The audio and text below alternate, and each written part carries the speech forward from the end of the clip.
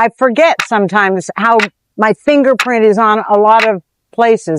It makes me very happy at the end of the day. My name is Signe Nielsen. I'm a landscape architect. I designed Bogardus Plaza, along with a number of other things in this neighborhood, like Duane Park and Little Island. And whether it's my legacy or not, I like that I have contributed to the quality of life for a lot of people. How did it feel to wind the clock? It was a lot heavier than I thought, that's for sure. Evening person, without a doubt. I try to force myself to go to bed by midnight, but I just get more energy as the day goes on. I would say being gainfully busy, whether it's work or talking with friends or out to dinner, those are ways I forget about time.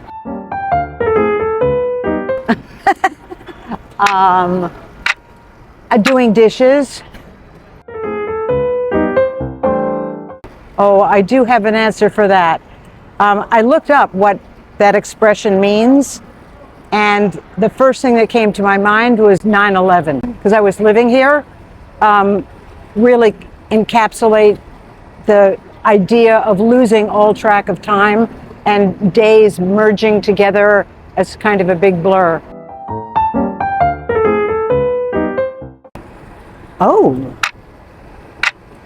I just came back from Greece, so I'm going to give you a rather specific answer, which is to go back to the classical Greek period, the Hellenistic time specifically, which is about 500 BC, and just be a fly in the wall with philosophers.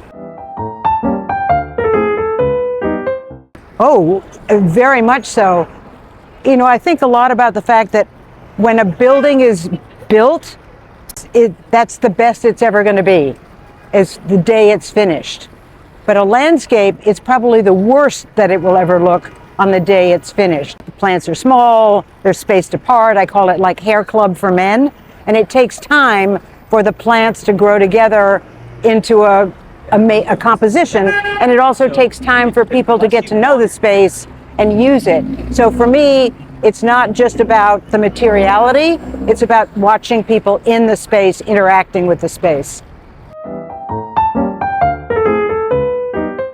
You can't be intense all the time. You need sort of circadian rhythms of your mind. And so take time to think, take time to enjoy, and take time to do something meaningful.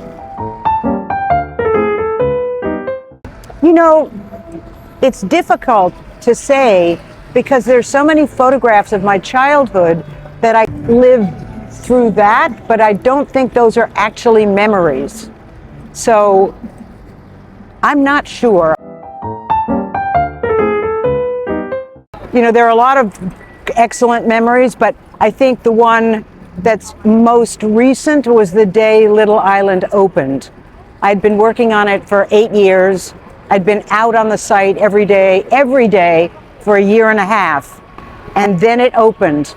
And it opened at 6 o'clock in the morning. People were waiting, maybe about 50 people were waiting to come in. And I walked in with them. And then I looked around and I thought, oh, they're invading my park. I've had it all to myself for a year and a half.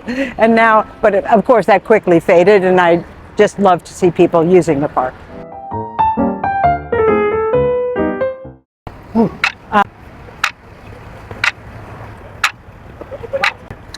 Frederick Law Olmsted. He designed Central Park, among many other things. I'd like to understand how his mind worked. He was not a trained designer, but he was incredibly capable of seeing things three-dimensionally. I'd like to hear how he thought about 3 dimensions. For me, it does. I do not like to harbor grudges or anger. It's just too enervating. So for me, it does heal all wounds, or sadness even. Not at all. As I said, you can be busy shuffling papers, doing dishes, sweeping, mundane, necessary tasks, but not.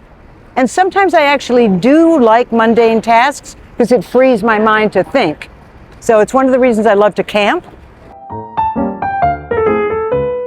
Oh, no time when you're camping other than daylight or darkness. Oh, I think it's very short.